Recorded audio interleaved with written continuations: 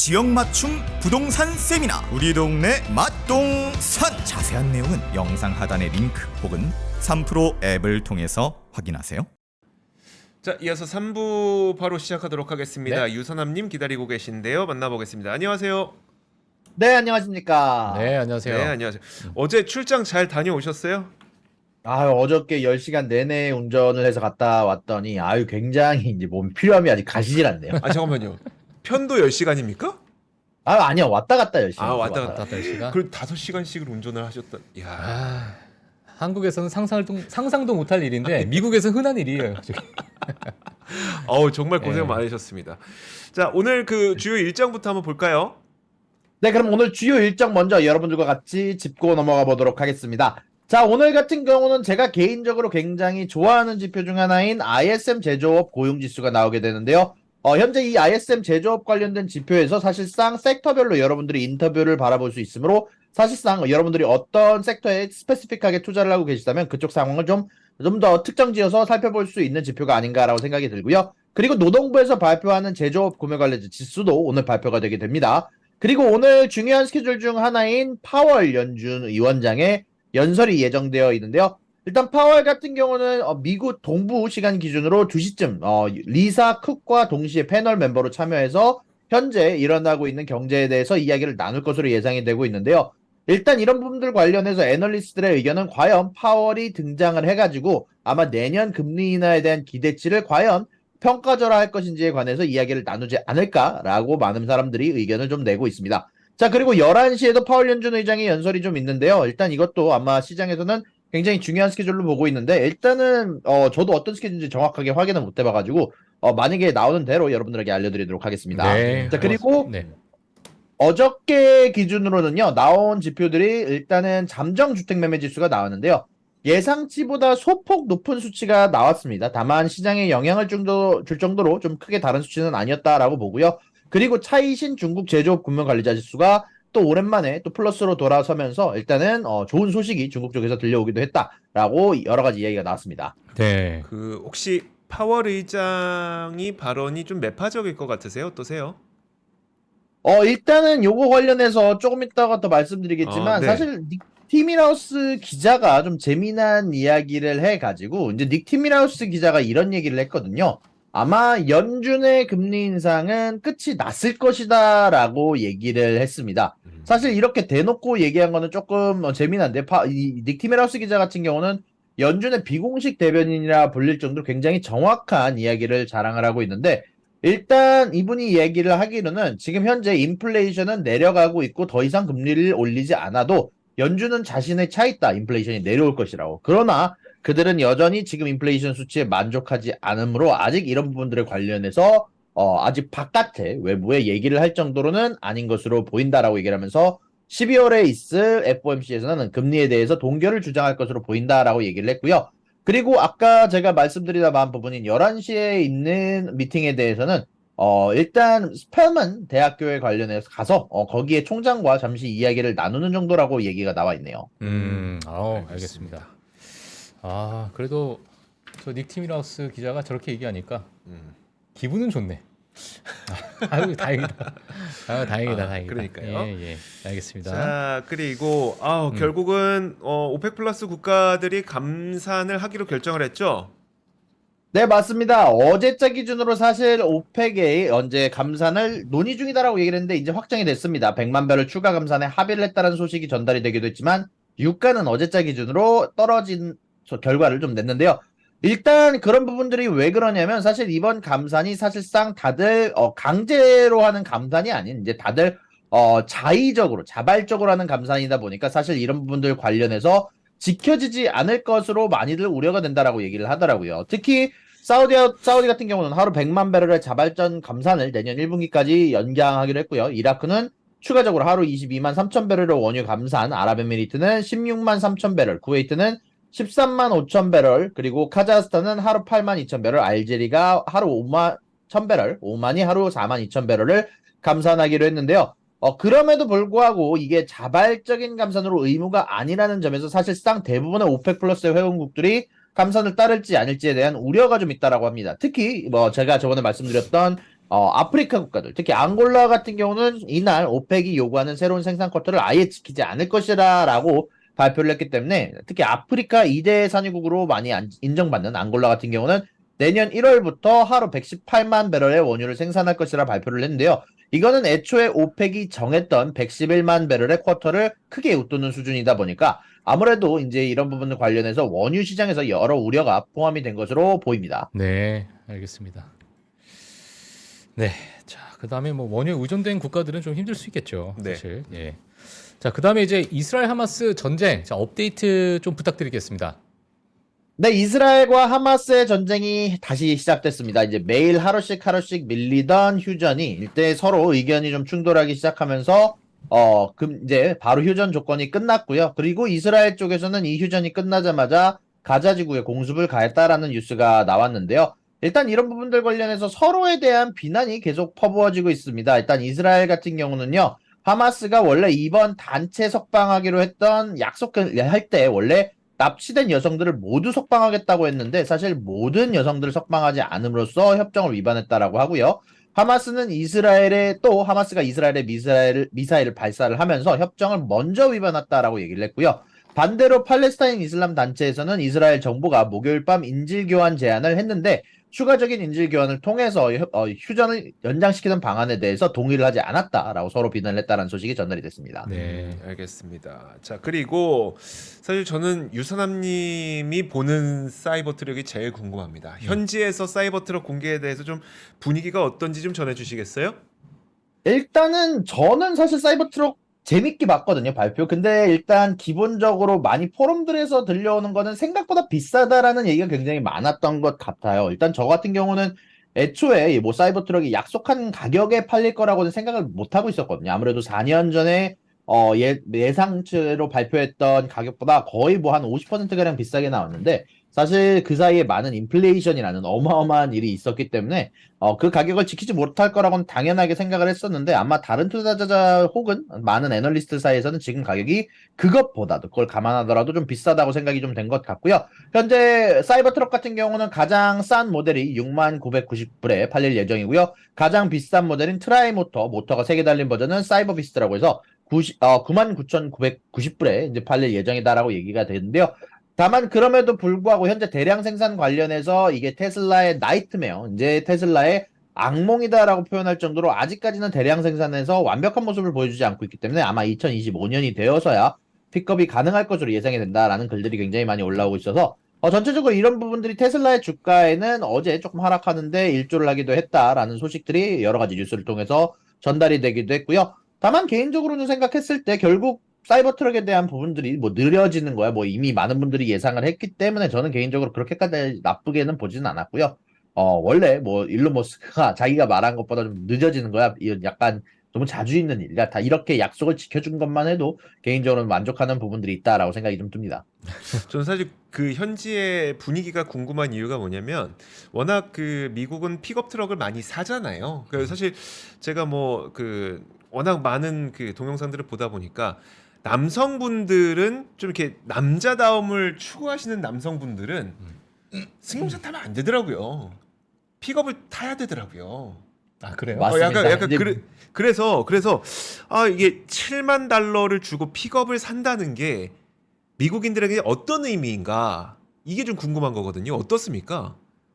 일단은 전체적으로 제가 생각했을 때는 뭐 픽업 트럭 중에서는 전기차 픽업 트럭 중에서는 사실 많이들 아시고 계시는 리비안도 절대 싸게 파는 가격은 아니거든요. 이제 그러다 보니까 개인적으로는 저 가격이 그렇게까지 비싸다고 생각하지는 않고요. 물론 제가 그렇다고 픽업 트럭을 가지고 있지는 않지만 이제 저희 이제 매형이 이제 픽업 트럭을 가지고 계신데 그 픽업 트럭 자체가 사실상 좀 가격이 좀 있는 쪽 계열의 자동차들이다 보니까 이런 부분들을 감안했을 때 사이버 트럭 가격 물론 예상보다 비싸지만 요즘 나오는 자동차들 가격 기준으로 봤을 때는 그렇게까지 막 엄청 비싸다고 느껴지는 저 같은 경우는 좀 뭐랄까요 좀 아래쪽 가격에 좀 싼 가격에 좀 집중을 하다 보니까 이 정도면은 사볼 만하지 않은가라고 생각이 좀 들고요. 사실 그리고 이미 뭐 가격 같은 경우는 조금 뭐 제일 비싼 거야. 뭐 비싸기는 하지만 말씀해 주셨다시피 이제 미국에서는 약간 그 특유의 픽업 트럭 문화가 있거든요. 이제 픽업 트럭으로 이제 홈디포 가서 로우즈 가서 여러 가지 자재를 픽업해다가 이제 뭐 약간 멋있게 이제 여러 가지 뭐 쓸어가지고 뚝딱뚝딱 만드는 모습이 이제 미국의 이제 남성들이 이제 약간 좀 원하는 그런 워너비 모습이라서 아마 그런 부분들이 개인적으로 생각했을 때는 앞으로 사이버 트럭 수요에 도움이 되지 않을까라고 생각이 좀 듭니다. 다만 이제 중요한 건 공급이겠죠. 아무래도 이 대량 생산이 계속 조금씩 늦어지고 있다 보니까 아마 이런 부분들이 조금 시장의 우려는 조금 나오고 있는 것 같은 모습입니다. 알겠습니다. 그러니까 그게 궁금했던 거예요. 아, 그게 7만 달러의 픽업 트럭이 나온 게 야, 미쳤어? 7만 달러에 왜 픽업을 사? 이런 분위기인지 아니면 야, 좀 비싸긴 해도 야, 그래도 사이버 픽업이면 7만 그래. 이 정도의 분위기인지 보니까 그 예전에도 그런 거 있었거든요. 막 이렇게 전당포 사나이들 이런 거 보면은 아들내미가 와 갖고 자기가 픽업 트럭을 샀어. 막 중국 아빠가 너 미쳤냐? 이 비싼 걸 왜 사냐 이러고. 그러니까 픽업 트럭 자체가 싼 차에 속하는 건 아니라는 거를 좀 듣고 싶었던 거고. 근데 말씀 들어보니까 그 정도 분위기구나. 7만 달러 조금 비싸긴 하지만 그래도 픽업 트럭 자체가 싼 차로 인식되진 않으니까 예. 아주 비이성적인 가격이라고 보기도 어렵구나라는 그렇죠. 그 정도 분위기네요. 근데 이제 미국에서는 일단 남성성을 만약에 좀 노렸다면 네. 아마 엄청난 마케팅 효과를 얻었을 것 같아요. 일단 방탄, 네. 안 뚫려, 네. 그리고 엄청 빨라. 포르쉐보다 빠르다며. 그렇죠. 네. 예, 포르쉐 911보다 빨라. 근데 그 가격도 합리적이야. 예를 들면 포르쉐 911보다 빠른 게 예. 뒤에 포르쉐 싫고. 포르쉐보다 그러니까요. 빠르구나. 이제 그런 거를 봤을 때는 아마 미국 남자들은 아마 좋아할 것 같아요. 아마 잘 팔릴 것 같아요. 사실 저도 픽업에 대한 그 예, 로망이 잘 팔릴 있거든요. 것 같아요. 예. 좀 그거 타면 그 왠지 좀 더 남성스러워 음. 보이고 좀 이렇게. 그러니까요. 자, 알겠습니다. 다음 소식 한번 들어보도록 하겠습니다. 혹시 그 닉 티밀하우스가 그 적었던 멘트에 대해서는 추가해 주실 게 있을까요? 아니요. 아까 이미 다 말씀드려가지고 다 추가적으로 말씀드릴 수는 없을 네. 것 같습니다. 네, 알겠습니다. 그러면 다음 뉴스. 바이낸스 뉴스가 있네요. 네, 맞습니다. 바이낸스에서 재미난 소식이 나왔는데요. 사실 바이낸스가 지금 자신들이 갖고 있는 하마스 관련된 문제로 벌금을 내기로 결정이 된 건 사실 뉴스에 보도된 건 얼마 되지 않았습니다만 사실 재미난 건 2달 전에 이미 바이낸스와 이미 SEC 사이에서 4.3빌리언 달러에 대해서 내기로 합의가 되었었다라는 내용이 블룸버그를 통해서 보도가 됐는데요. 그리고 이런 정보를 사실상 9월 달에 이제 호화롭게 VIP들을 초대해서 만들었던 비공개 만찬에서 이미 이야기를 전달을 했다라는 소식이 나왔습니다. 이제 이런 경우 같은 경우는요, 일단 싱가포르의 일부 VIP 거래자들이 미리 이런 소식을 전담을 받음으로써 이제 자신들의 투자 관련해서 이용할 수 있었다라는 이야기가 나오기도 했었는데요. 일단 뭐 이런 부분들 관련해서 이제 VIP들이 어떤 경험했는지에 대해서 이야기가 나왔는데, 일단은 뭐 싱가포르에 있는 VIP 만찬에 참석을 해가지고 사실 그 다음 CEO가 될 사람까지 리차드 탱까지 들어와서 손님들과 어울리며 이미 자신들이 합의를 했다라는 내용을 어느 정도 공개를 하면서 사실상 호주 송로버섯이라든지 아주 맛있는 만찬을 즐기고 사실 어마어마한 돈도 내고 갔다라고 이야기가 전달이 되기도 했습니다. 예, 참 진짜. 아유, 참 그렇습니다. 알겠습니다. 예. 자, 최근에 그리고- 뭐 암호화폐 비트코인 시장은 상승인가요, 지금 유선님? 4만 달러 넘었습니다. 아 그래요? 네. 저 암. 다시 한번 확인해 볼게요. 최근에 4만 달러를 또 찍기도 했었거든요. 네네. 비트코인이 어느새 이렇게 빨리 올라가서 자, 많이 올라갔네요. 3만 8천입니다. 지금 3만 8천. 8천. 4만 달러 가까이는 아직 조금 시간 남았는데 네네. 네. 3만 8,400. 네. 네. 거의 4만 달러 가까이 가고 있습니다. 알겠습니다. 자, 그 다음에 우리 또 중국 뉴스를 좀 봐야 될 것 같은데 헝다 채무 조정안을 제안했다고요? 네, 맞습니다. 헝다 같은 경우는 채무 조정안 관련해서 현재 심리를 앞두고 있는 상황인데요. 일단 심리 이전에 현재 자신들의 투자자들에게 이제 채무자들에게 새 채무 구조 조정안을 제시를 했다라는 소식이 전달이 되었습니다. 일단 구체적으로 헝다그룹 같은 경우는 역외 채권자들이 보유한 일부 채권을 자사 및 홍콩에 상장된 계열사의 주식으로 교환해 주는 방식에 유통되지 않는 채무증명서로 상환하는 방식을 제시를 한 것으로 알고 있고요. 다만 이런 부분들에 관련해서 채권자들이 이런 조정안을 받아들일 가능성은 상당히 낮다라고 애널리스트들은 보고가 되기도 했습니다. 네, 알겠습니다. 자, 다음 소식도 한번 보도록 하겠습니다. 네. 지금 CNBC에서 어떤 보도를 냈는데 암호화폐 관련된 소식이 또 하나가 있나요? 네, 맞습니다. 일단 암호화폐 관련해서 일단 디테일한 내용이 나오지는 않았지만 일단 정확하게 얘기를 하면은 뭐 SEC에서 요즘 들어서 현물 ETF 관련돼서 여러 기업들과 좀 이야기를 좀 많이 나누는 모습들이 나오고 있는데요. 사실 지난 22일에는 그레이스케일과 첫 번째 미팅을 통해서 이제 현물 ETF 신청에 관련된 부분을 논의를 나눴다라고 뉴스가 전달이 되기도 했고요. 사실 블랙록과도 별도의 면담을 진행을 했으나 뭐 추가적인 소식이 나오진 않았지만 이번에는 CNBC가 이번 미팅이 직접적으로 GBTC를 BTC 현물 ETF로 전환하는 과정을 논의를 할 것이다라고 이야기가 직접적으로 언급이 되기도 했습니다. 네, 알겠습니다. 자, 그리고 이제 저희 실적 발표 기업들이 좀 있을 것이고 또 개별주 소식이 좀 있는데 한꺼번에 좀 부탁 좀 드리겠습니다. 네, 맞습니다. 델갓 오늘 어닝 발표를 한 기업들 중에는 이제 어제자죠. 어제자로 어닝 발표를 한 기업 중에는 마벨과 델이 사실상 많은 분들이 좀 그래도 관심을 가질 만한 기업이 아닌가라고 생각이 드는데요. 일단은 양 기업 다 현재 주가가 어닝 발표를 하고 좀 떨어지고 있는 모습이 나왔고요. 일단 EPS와 매출 관련해서 양쪽 다 마벨 같은 경우는 비트를 하는 모습이 나오긴 했지만 앞으로 여러 가지 문제로 인해서 가이던스를 조금 잃어버릴 것 같다라고 발표를 하게 되면서 조금 주가가 하락하는 모습이 나왔고요.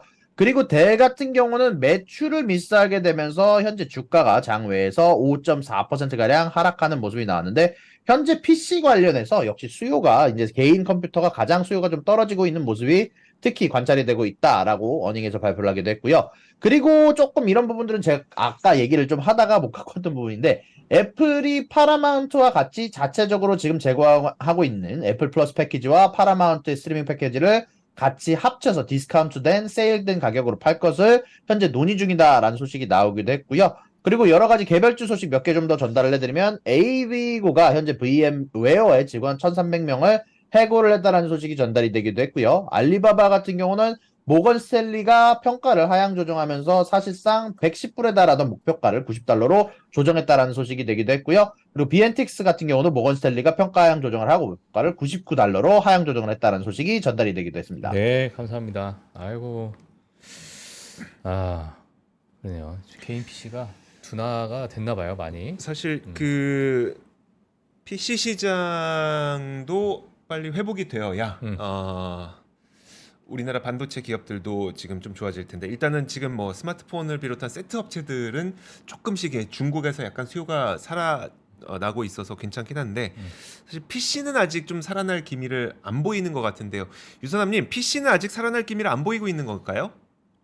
네, 사실 이제 저 같은 경우는 이제 헤비 이제 게이밍 유저라서 이제 컴퓨터를 항상 만드는 입장이라서 항상 좀 이런 생각을 하는데요. 요즘에는 딱히 그래픽 카드를 업그레이드하거나 새롭게 컴퓨터를 구매를 하지 않아도 나와 있는 뭐 게임들이라든지 뭐 영화를 시청하는 데는 시장이 없는 상태다 보니까 굳이 사람들을 좀 업그레이드를 미루는 게 아닌가라고 생각이 좀 들기도 합니다. 뭐 사실 가장 최근에 여러 가지 PC 관련된 수요의 붐이 있었던 거는 사실 사이버펑크라는 게임이 나왔을 때거든요. 이제 그러다 보니까 이제 이런 종류의 아마 새로운 게임이 이제 더 이상 컴퓨터로 감당하기 어려운 시점이 왔을 때 보통 PC가 업그레이드가 되는 경우가 많은데 아마 제가 개인적으로 생각했을 때는 GTA가 아마 그런 시사점을 가져올 수 있는 새로운 대작 게임이 되지 않을까라는 생각은 좀 하고 있습니다.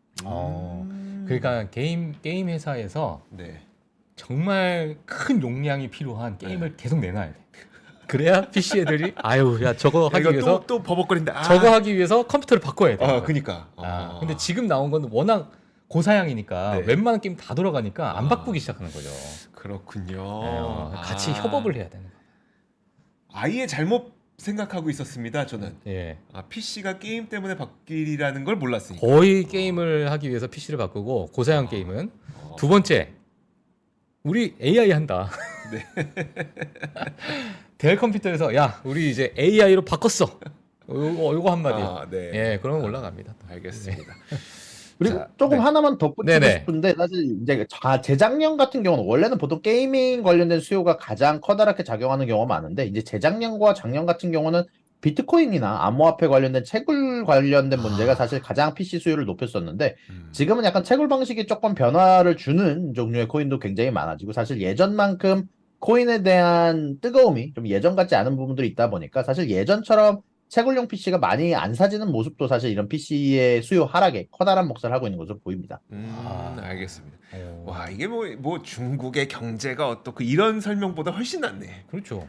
게임이 무거워야 이거 내가 컴퓨터를 그렇죠, 바꾸죠. 그렇죠. GTA가 지금 6가 나온다 그랬나요? 지금 6. 네, 맞습니다. 이제 조만간 6 그게 어떻게 될지 한번 궁금하네요. 그걸로 인해서 진짜 많은 사람들이 안 되겠다. 야, GTA 6 안 돌아간다. 바꾸자. 하게 될지도 모르겠고요. 예. 좋습니다. 알겠습니다. 자, 네. 저희 유선남님과 함께 이야기 나눠봤습니다. 또 장거리 운전하셔가지고 음. 좀 쉬셔야 됩니다. 이제. 그러니까 네, 어떻게 주말에. 이 시간을 운전하셨습니까? 아. 너무 고생하셨고요. 좀 주말에 푹 쉬시고 저희는 월요일에 뵐게요. 고맙습니다. 수고하셨습니다. 네, 감사합니다. 감사합니다. 외환위기 오는 거 아니에요? 금융위기 오는 거 아니에요? 이런 질문들을 좀 굉장히 많이 받았었습니다. 탐욕이 되게 강했을 때 위험자산으로서의 극단적인 쏠림이 나타나고 공포감이 극에 달했을 때 안전자산으로서의 극단적인 쏠림이 나타나거든요. 과거의 일이 미래에 똑같이 일어난다 이건 아니지만 그때 당시에 위기 상황에서는 어떤 공통점들이 있었는지를 보면서 우리가 대비를 하는 방법도 고민해 볼 수 있고요. 과거를 제대로 이해하는 순간 위기의 실체가 드러납니다. 오건영의 현실 경제 이야기를 서점에서 만나보세요.